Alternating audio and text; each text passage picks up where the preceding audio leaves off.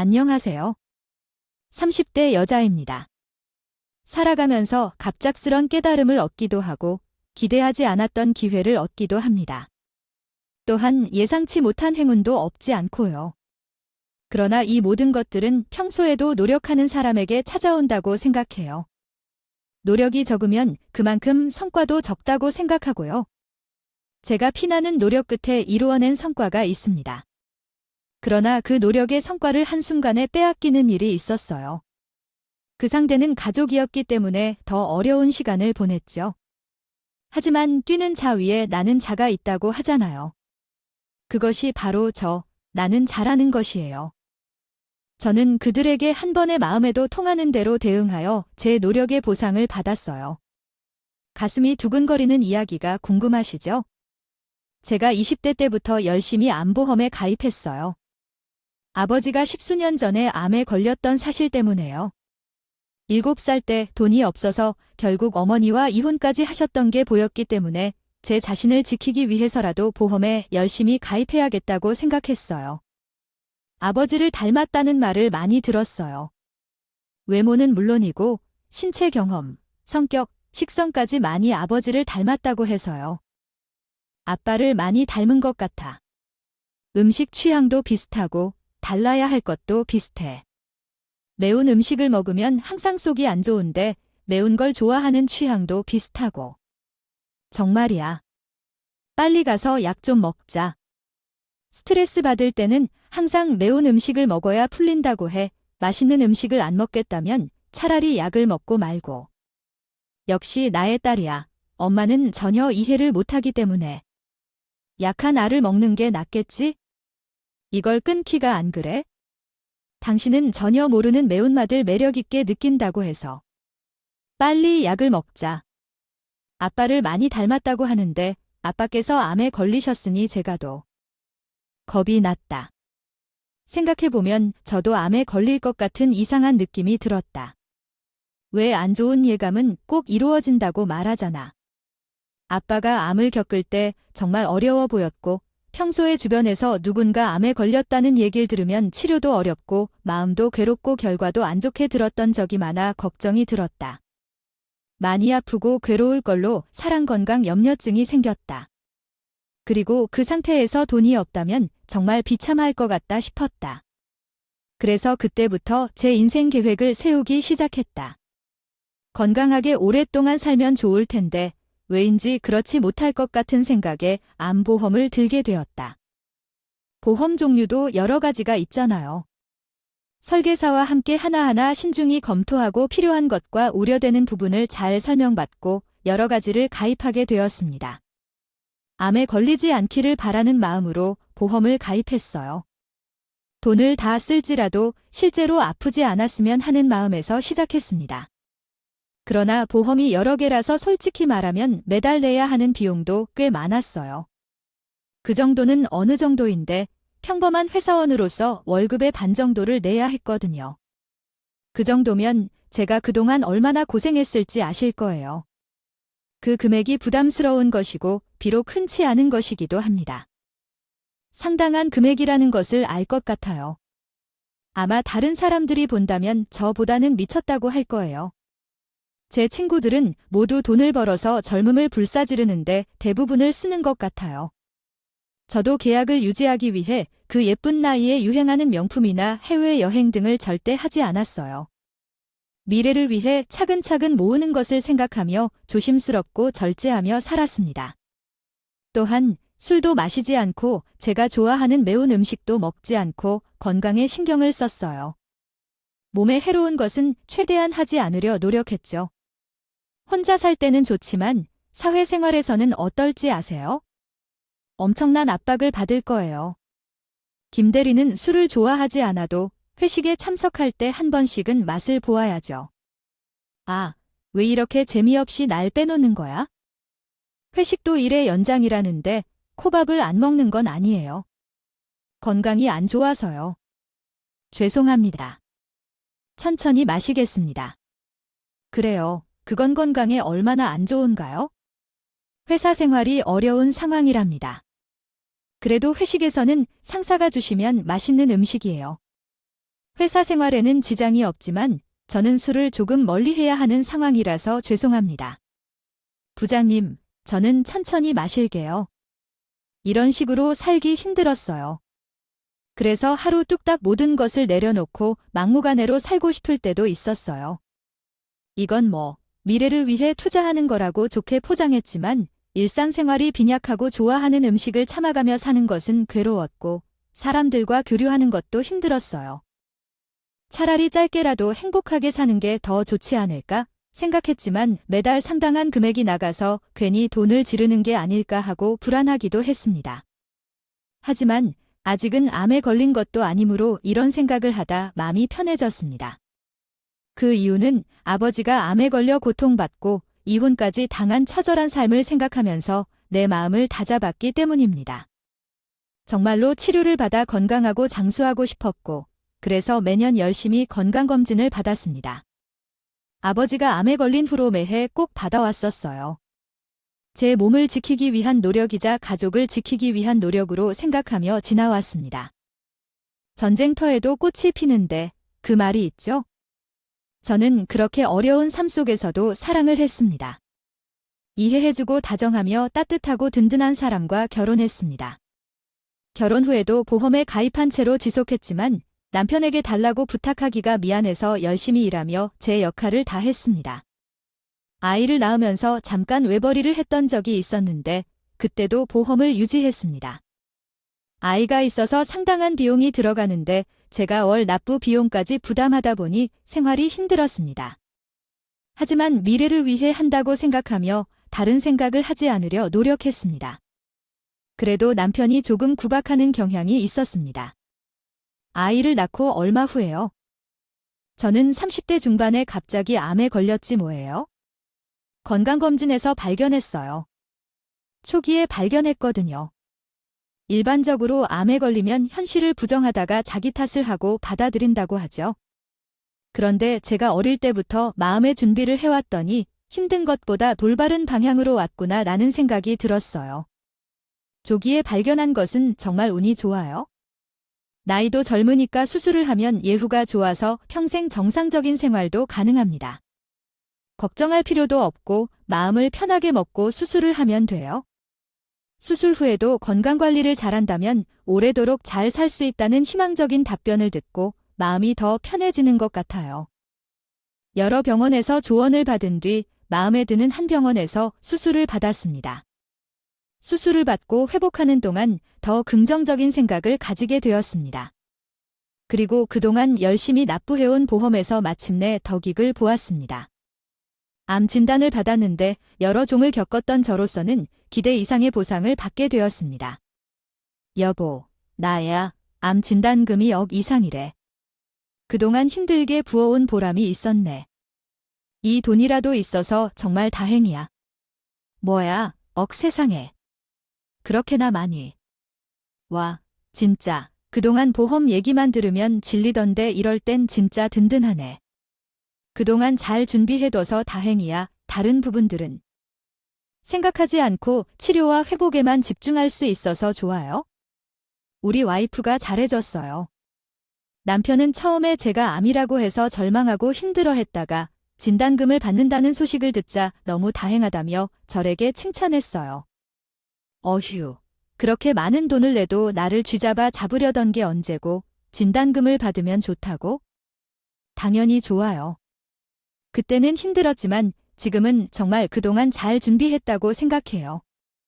사람은 참 간사하죠. 그래도 이런 날이 오지 않았으면 했지만 어쩔 수 없으니까 그 이상은 아프지 않을 거예요. 우리 와이프를 칭찬해야 해요. 수술도 잘 끝나고 수많은 서류를 처리하고 전화하다 보니 마침내 송금을 받을 수 있었어요. 그러나 불행의 씨앗은 돈이 들어오면서부터 시작되었어요. 수술을 잘 끝냈지만 퇴원 후에 힘이 없어서 집에 누워 있었어요. 그때 저를 보살피기 위해 시어머니와 신우가 우리 집에 와서 곰국을 끓여서 갖다 주고 밑반찬도 많이 해서 가져왔어요.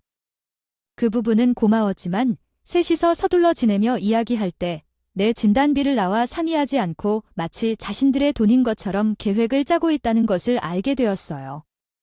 오빠와 엄마는 그 돈으로 명품 브랜드의 보석을 사려는데 보석만 사려고 한 셈인데 엄마는 가방을 사겠다며 다음 시즌에 신상품이 나오면 그때 살 생각이라고 하시더군요. 아, 일단 포석이나 사야겠다며 얘기를 하셨어. 내가는 뭘 사려고. 나는 경차를 바꿀까 생각 중이야. 내 차가 경차니까. 엄마도 내 차가 너무 오래되었다고 위험하다고 이야기했었어. 다른 차를 구매하고 싶은 욕망도 많은데 일단은 차부터 바꿔야겠어. 그래, 그것은 좋은 생각이야. 경차는 뭐냐면 고속도로를 달리면 흔들려 너 혹시 몰라.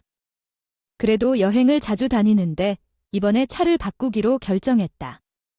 차색은 어떤 색으로 하고 싶은데 엄마는 하얀색을 좋아해. 참, 우리 아들은 아무것도 살 필요가 없다고 생각하지? 단순히 우리 엄마와 동생에게 사주기만 하면 충분하다고 생각해. 나는 살 필요는 없어. 우리 가족이 원하는 것은 다 살 수 있게 도와주는 것이 내 임무인 것 같아. 이제야 장남으로서의 역할을 조금씩 해나가고 있다고 생각해. 이것들은 너희들이 미쳤지. 내 목숨을 걸고 모은 돈을 왜? 그동안 나에게 말했던 것처럼 많은 보험에 가입했다는 사실을 생각하지 않고 인정을 받으려고 시어머니와 시누이를 위해 지불하려고 합니다. 그 자식이 집에 아무것도 못 남겨두겠다며 보험을 그만두라며 이자를 제대로 지불하지 않아서 난리를 쳤어요.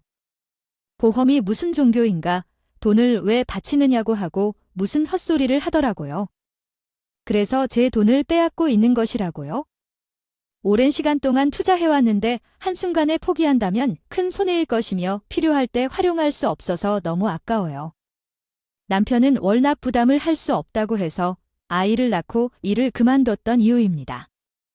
나의 노력이 함께한다는 사실을 알아주기를 바랍니다. 보험금이 100% 출연되었는데 제가 받은 진단비는 누가 주었나요? 그 돈은 제가 꾸준히 오랫동안 모아두었는데 이를 어찌하여 다른 적폐시를 굶어주기는 하늘 넘어서도 그것을 앞서서 저한테 주기는 결코 할 수 없을 겁니다.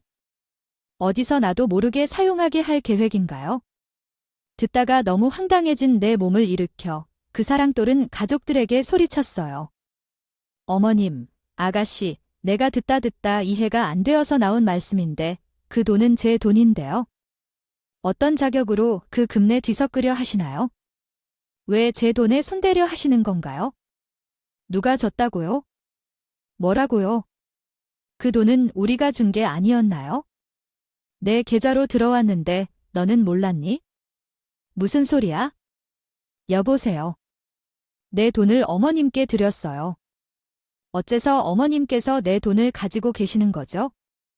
어차피 엄마의 돈은 우리 돈이고 우리의 돈은 엄마의 돈이라고 생각하면서 큰 돈이 들어왔으므로 일단 엄마에게 송금했어요. 어떻게 송금했는지 물어보면서 통장도 없고 사인도 없는데 어떻게 그렇게 했냐고요? 나는 컴퓨터에 당신의 인증서가 저장되어 있기 때문에 인터넷 뱅킹으로 했어요. 아, 그리고 우리 비밀번호도 다 아시니까 송금하는 건 쉬울 것 같아요. 에이, 왜 그러세요?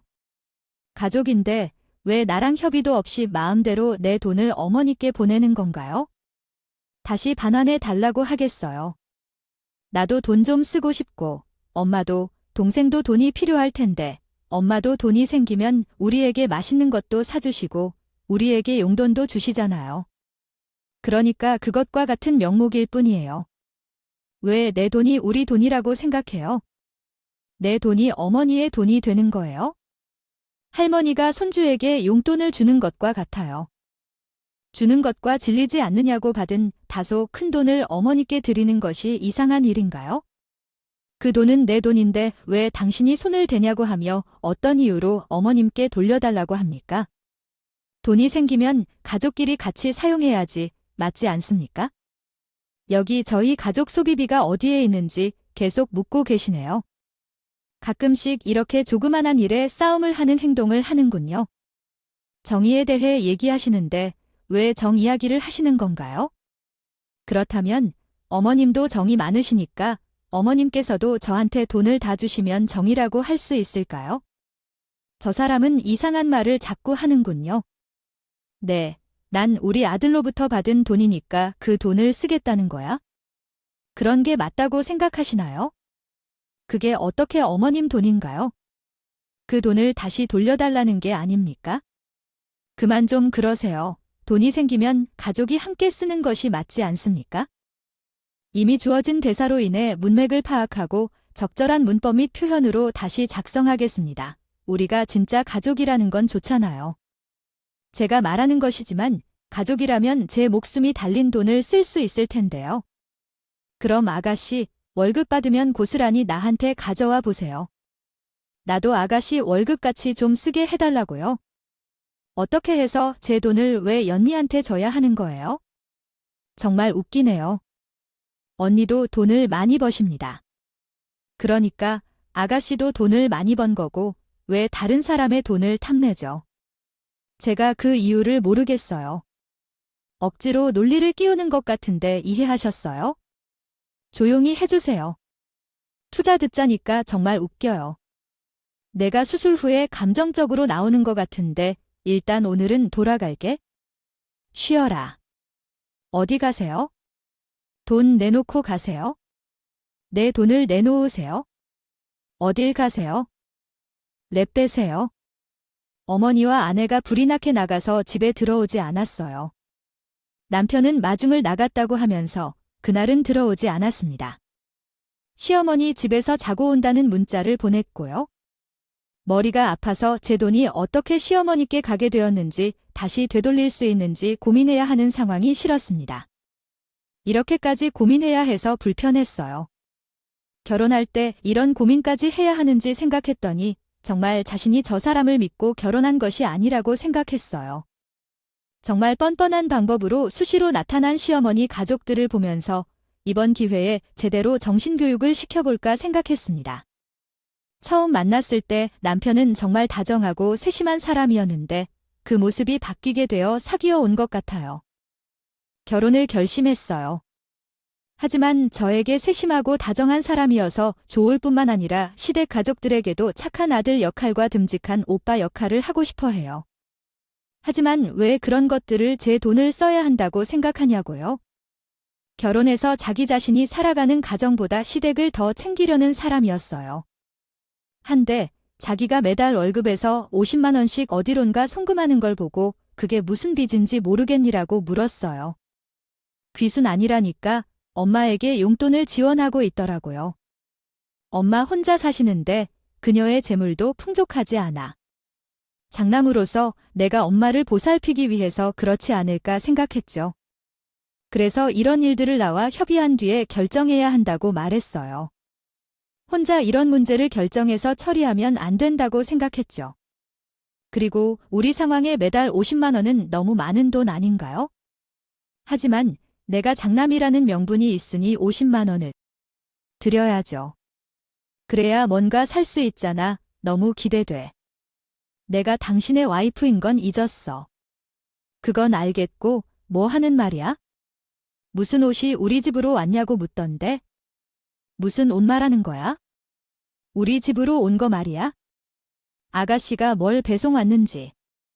아니, 그게 아니라 걔가 이번에 입사 5년 차이고 이번에 후배도 들어왔는데 명품으로 도배를 하고 다니대. 옷이 변변찮 아서 기분이 상해 보이더라고.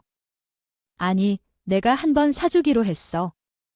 그런데 백화점에서 사이즈가 없다고 해서 우리 집으로 배송해 준다고 했어. 그 엄마면서 그런 거야? 뭐라고? 명품이야. 그것도 아가씨 나원참. 당신 말이야? 어떤 옷? 당신이 입고 다니는 옷이 명품인지 알아? 둘째치고 시장에서 산 옷을 이제 10년째 입고 있어.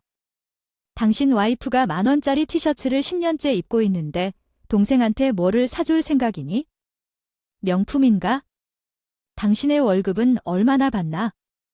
그만큼 어머님한테 용돈을 주고 동생에게 명품 옷을 사줄 생각이니? 당신 정신 나간 거 아니냐? 아, 당신도 돈 많이 납부하는 것 알았어? 왜 내게만 그러는 거야? 그럼 당신도 돈 아끼는 거 좀 해야겠다. 미래를 위해 돈을 모으는 것과 시댁에 돈을 들이는 것이 똑같냐? 목숨과 사치를 동일시하려고 하지 마라. 아가씨에게 선물 못 해줄 거니까 내가 대신 말할 테니까 대소디. 오면 환불해. 알았어. 저는 그런 인간과 결혼을 했어요. 남편은 결혼해서도 시어머니를 더 우선시했고 벌어오는 돈을 족족 시어머니를 위해 썼어요. 그게 계속 속상하고 짜증나고 미워서 미치겠어요. 싸움도 보고 타일러도 봤지만 남편은 그대로였어요. 이러면서 왜 나랑 결혼한 건지 모르겠어요. 죽을 때까지 엄마랑 살면서 왜 결혼해서 내 속을 뒤집냐고요. 날 스트레스 받게 하려고 결혼한 건가요? 정말 매일 가슴에 큰 바위 하나씩 얹은 듯한 기분이었어요. 시어머니와 시누이도 정말 진실 중에 진실이에요. 먼저 시어머니는 신혼 초에 엄청 힘들게 관심을 가져다 주셨는데 결혼 후로 우리와 자주 싸웠어요. 신혼집에 왔을 때 너무나 관심을 보여 저에게 부담을 주셨거든요. 그 관심의 정도가 지나쳤습니다. 저는 원래 직장 생활만 하다 결혼했기 때문에 당연히 집안 살림이나 요리에는 무지했어요. 그걸 걱정하시는 건지 저를 잡으려는 건지 하루에도 몇 번씩 전화를 주셨어요.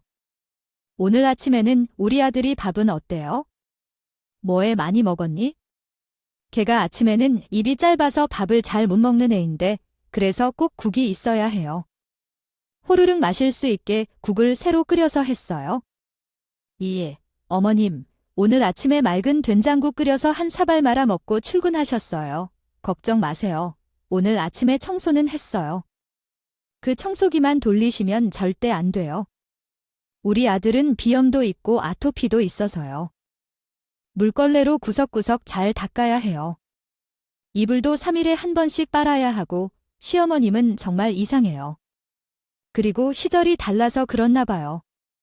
저도 아침에 남편과 똑같이 준비하고 출근하는데도 불구하고 시간 될 때마다 저한테 전화해서 우리 아들 하더라고요. 참다가 한계가 있어요. 그리고 그렇게 친절한 며느리가 아니에요. 할 말은 해야죠. 어머님, 지금 몇 시입니까? 그러면 어머님은 제가 이 시간에 뭐를 하고 있을 거라고 생각하세요? 지금 오전 11시죠. 아, 너 지금 회사에 안 있어? 출근 안 했어. 지금 집에 있겠지. 그러니까요. 난 회사 다니는 거 뻔히. 아시다시피 왜 이 시간에 전화를 하시는 것인가요? 제가 일 중이라는 것을 아시잖아요. 그리고 왜 어머니 아들에 대해 타령하시는 건가요? 걱정이 되신다면 직접 어머니 아들에게 전화해서 물어보세요. 번호를 잘못 찾으신 것 같아요. 어머니, 이 말을 조심해야겠어요. 결혼해서 그런 이유로 이야기하지 마세요. 아내가 남편을 챙기는 것은 당연한 일이 아니에요. 저희 아들도 바빠서 전화를 제대로 받지 못해요. 제가 바빠서 그런 아들 이야기를 들을 시간이 없어요.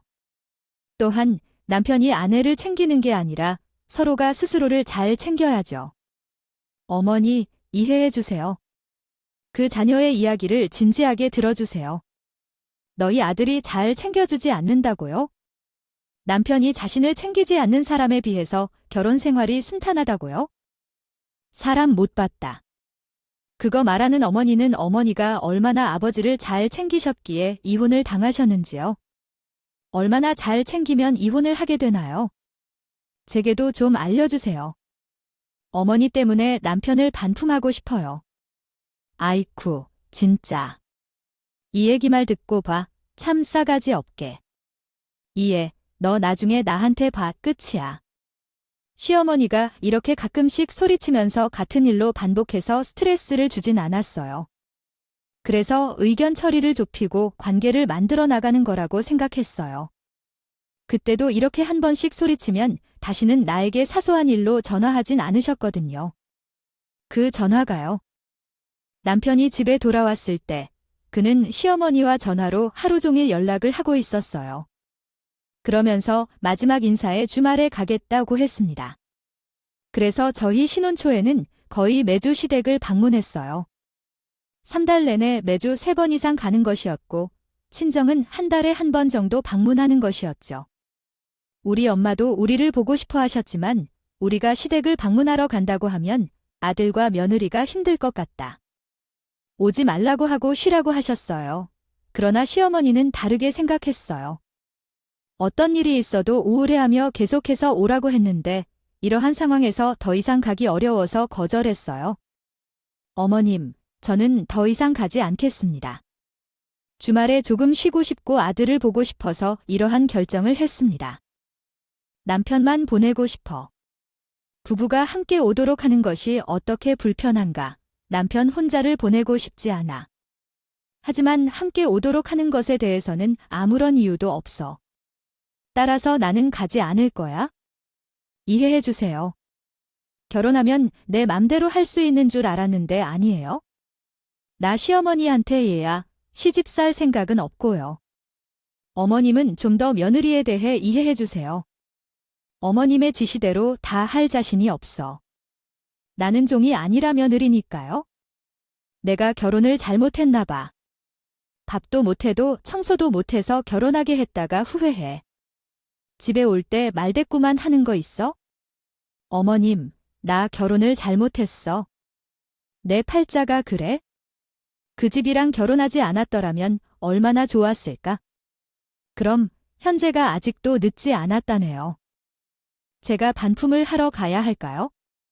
그때 그 여자들이 아직 시집에 가지 않았으면 지금이라도 새정밋 보내주세요. 나는 단호하게 했는데도 시어머니와 남편은 꾸준히 나를 채찍질해왔고 새로운 이해관계가 없었어요. 당신 진짜 너무한 거 아닌가요? 아, 우리 엄마야. 엄마라고 하는 것이 어떻게 시어머니에게 법적 처벌을 덮게 삼는다고 행동하느냐? 당신이 그렇게 말했는데도 불구하고 내가 온갖 온하다가 나는 네 와이프가 아니야. 내가 퇴근하고 시댁으로 집에 가서 가사일을 해야 한다면, 그렇다면 난 어머님께서 아프지 않으셨다면 어머님 걱정하시고 당신이 그쪽으로 찾아가서 도와드리면 됐겠지. 왜 내가 고생인데 그런 말을 시사했다면 말 기분 좋게 하든지 왜 매번 싸우려는 건가요? 덤벼들어 당신은 유후하게 말하지 못해 그러다가 어머님께서 저에게 하는 말은 나에게 좋은 표현인가요? 저에게 시집 오라는 소리를 듣고 시집살이를 경험하지 않아선 시어머니에게 복종할 수 없겠죠. 하지만 퇴근 후에도 매일 집에 오면 청소하고 요리하라고 하시는 게 당신 같으면 그런 말을 듣고 기분 좋게 느낄 거예요. 그래도 엄마가 더 위임을 받은 사람이니까 그냥 참고 너무 빡센 거 안 돼 이런 말을 저에게 하지 말고요. 그런 이상한 소리를 하신 엄마에게 이야기하고 그러면서 당신도 잘 이해하고 앞으로 생각해서 말하세요. 이혼 당하고 싶지 않으면 차라리 입 다물라고 하셨어요. 결혼하고 스트레스를 받지 않는 날이 없었어요. 정말 시댁 때문에 매일 고통스러웠어요. 그 와중에 시누이는 개념 없이 명품 패딩을 사다 달라고 조르더라고요. 남편이 또 그걸 사주려고 했다는 사실을 알고 남편 앞에서 직접 시누이에게 말했습니다. 아가씨가 갖고 싶은 게 있으면 아가씨가 직접 벌어 돈을 사세요. 삥 뜯는 게 몇 번째인가요? 언니에게 사다 달라고 한 적도 없는데 왜 참견하시나요? 저에게 시비 걸지 마세요. 아가씨가 개념이 없어서 잘 모르는 모양이에요.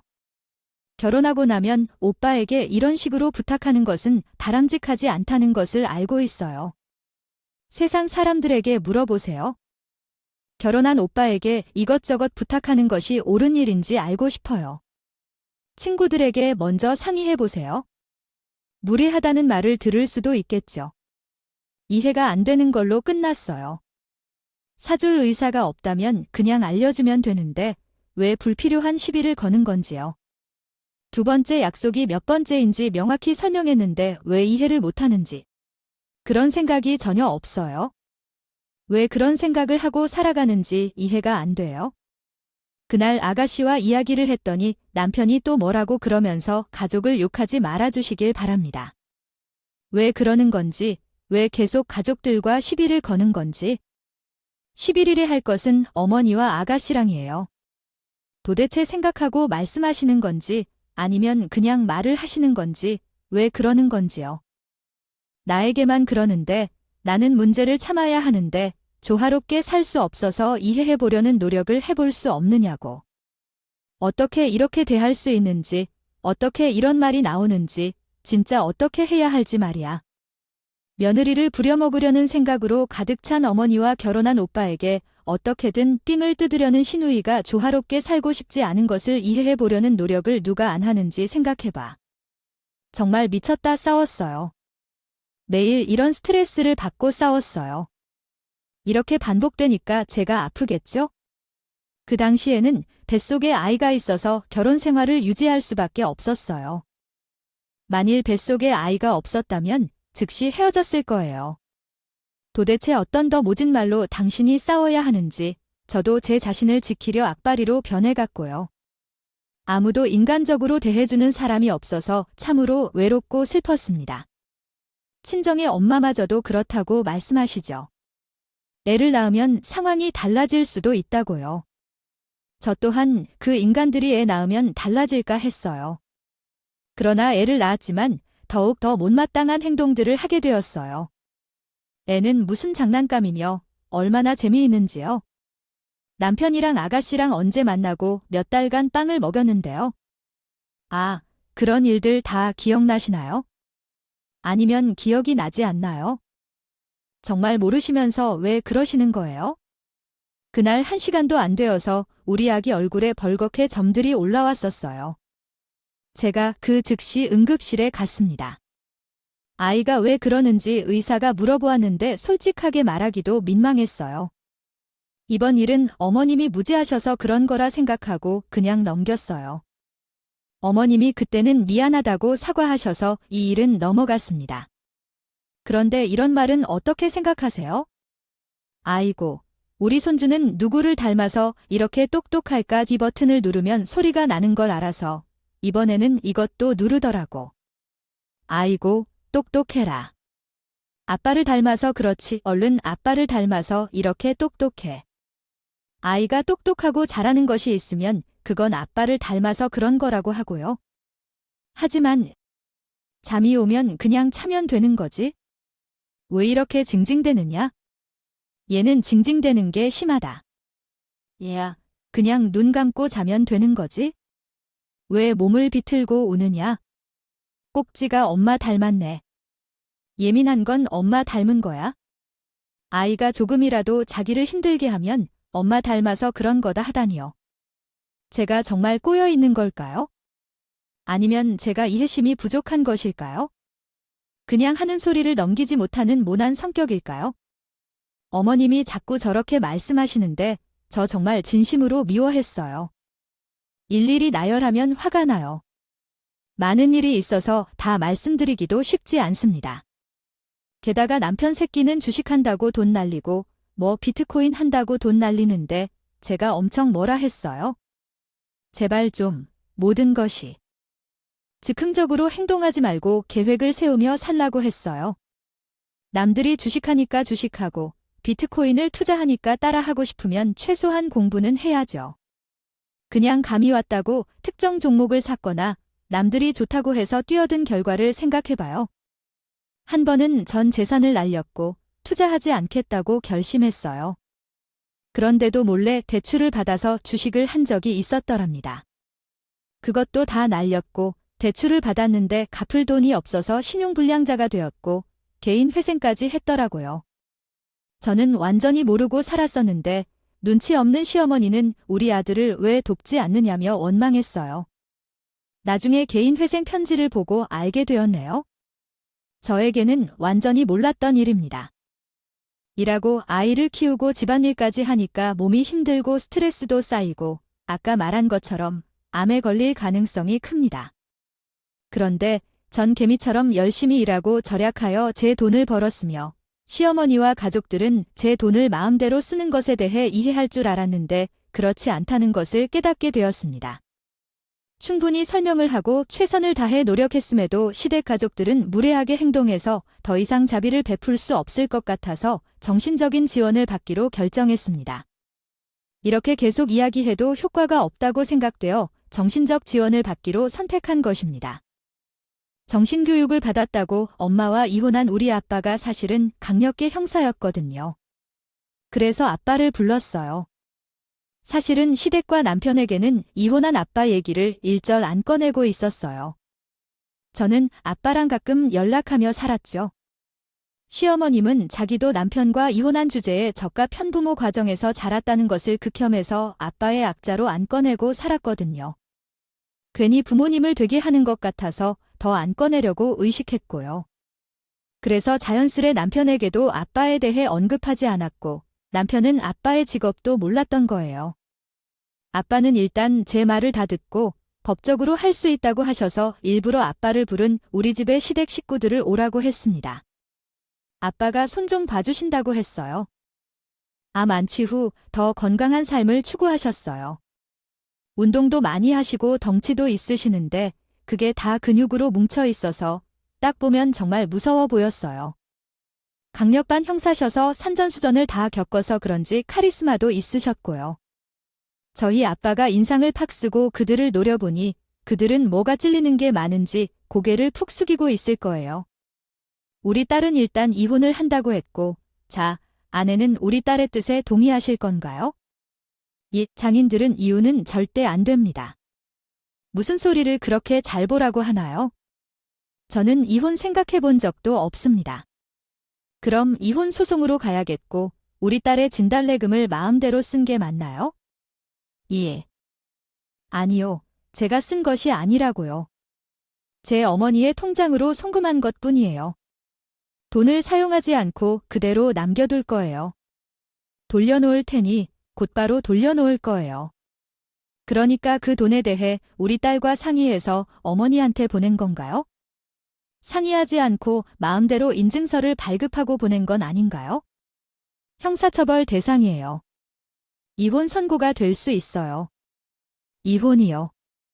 장인어른, 죽을 줄 알았습니다. 아닙니다. 저는 경솔했어요. 생각이 부족했어요. 정말 잘못했습니다. 거기서 끝이 아니에요. 계속되는 악담들이 우리 딸에게 결혼 이후 계속했던 것으로 판명됩니다. 대상으로서 그렇게 어떤 말로 악담을 드렸는지 정확히 말해 주시죠. 결혼 생활을 잘 몰라서 그분께 제가 알려드린 것일 뿐입니다. 결코 그분을 싫어해서 괴롭히려 했던 것은 아닙니다. 제 말을 믿어주세요. 사돈이나 저와 우리 딸은 모든 문자 내용이 삭제되었다고 생각하시지만 사실은 모든 내용이 저장되어 남아 있습니다.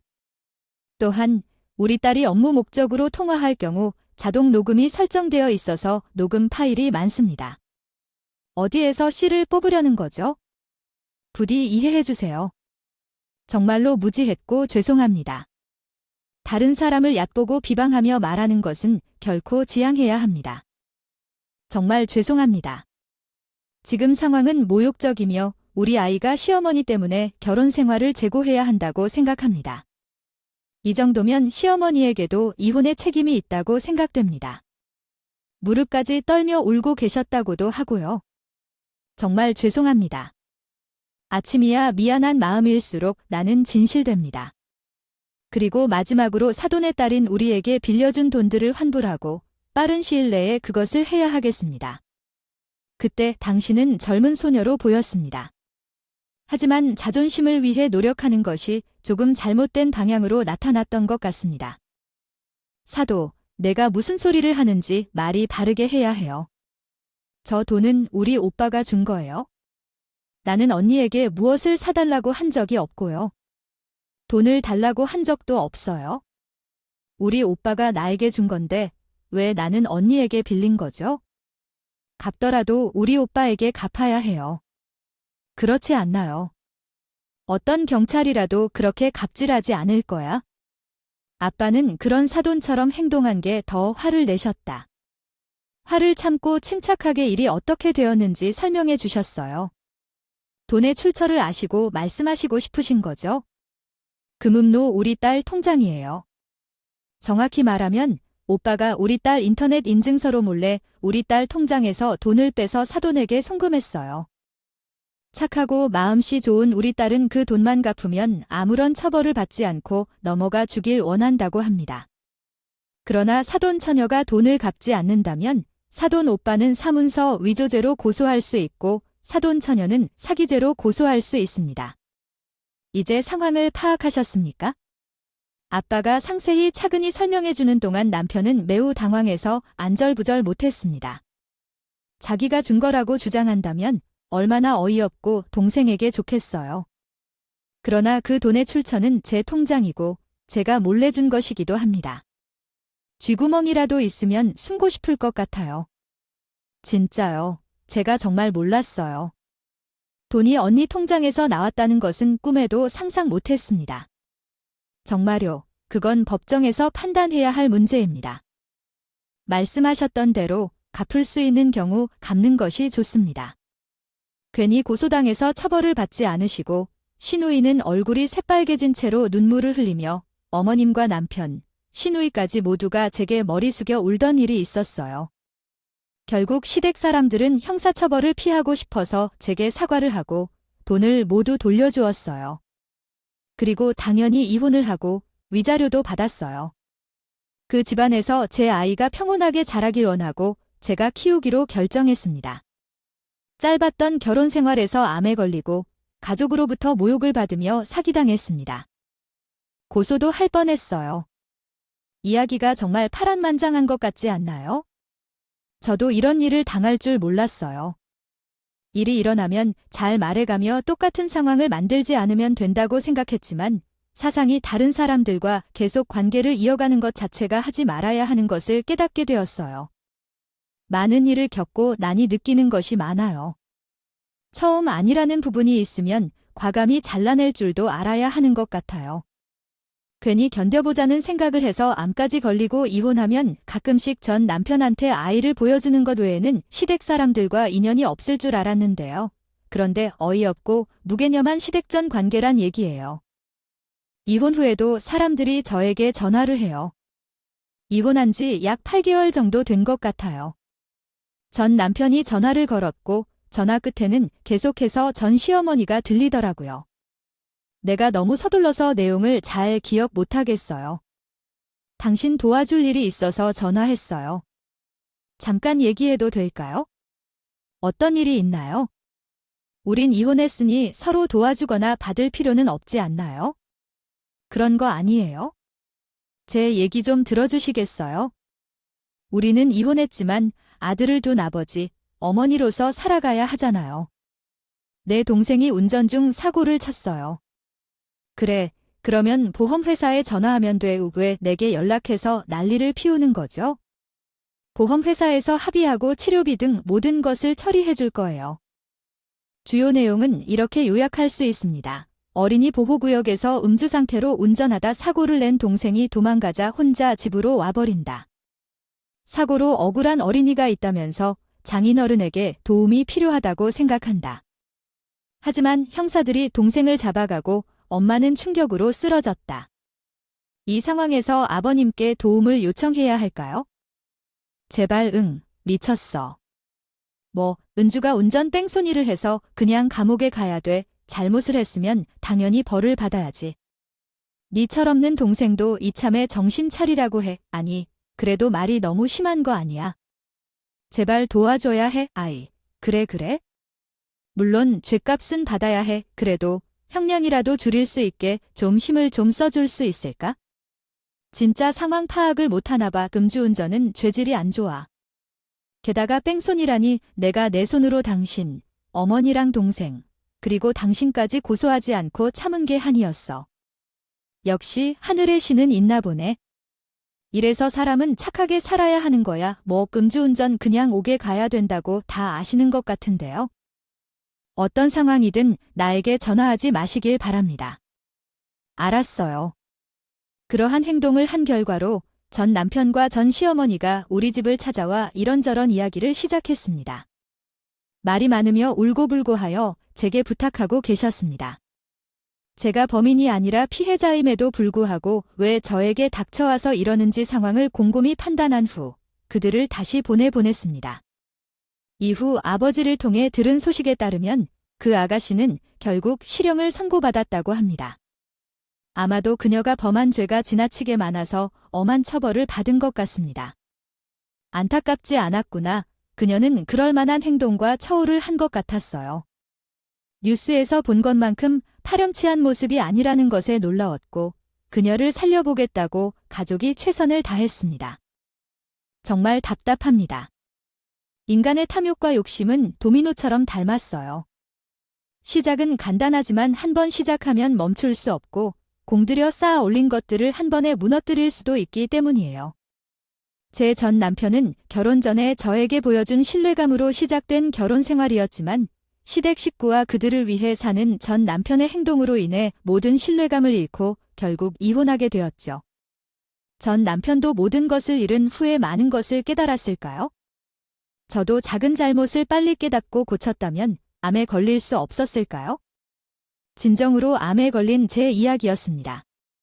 실패의 과정이 있기에 성공이 더 빛을 발하게 되겠지요. 여러분도 해당 내용을 이해하시겠지요. 일이 잘못되고 있다는 것을 직감했다면 더 두고 보지 말고 과감히 바로 수정하길 바랍니다. 제 이야기는 여기까지입니다. 들어주셔서 너무 감사합니다.